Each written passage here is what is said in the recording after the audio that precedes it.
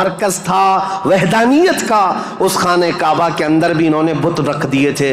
और खाने काबा की छत पर एक बुत हुआ करता था जिसका नाम हुबुल था, एक बुत था जिसका नाम उज़्ज़ा था। उसकी पूजा करना तो हज के अरकान में शामिल कर दिया था, हज के अरकान में था उज़्ज़ा की पूजा करना।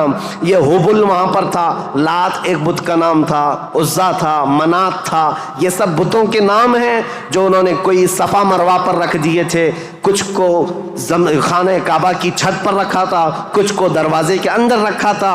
तवाफ़ करते थे उन बुतों के सामने आकर के, नंगे तवाफ़ करते थे, बग़ैर कपड़े के खाने काबा का तवाफ़ करते, एक हाथ आगे और एक हाथ पीछे रख करके, मर्द हो कि औरतें हो, इस तरह से वो खाने काबा का तवाफ़ करते। ये बुराइयां उनके यहाँ बहुत अखलाकी पस्ती में गिरते चले आए। और उसके बाद ये बुत परस्ती इतने उरूज पर हो गई, इतने उरूज पर हो गई कि ये अपने खुदाओं के चढ़ावे इतने चढ़ाते थे, दूर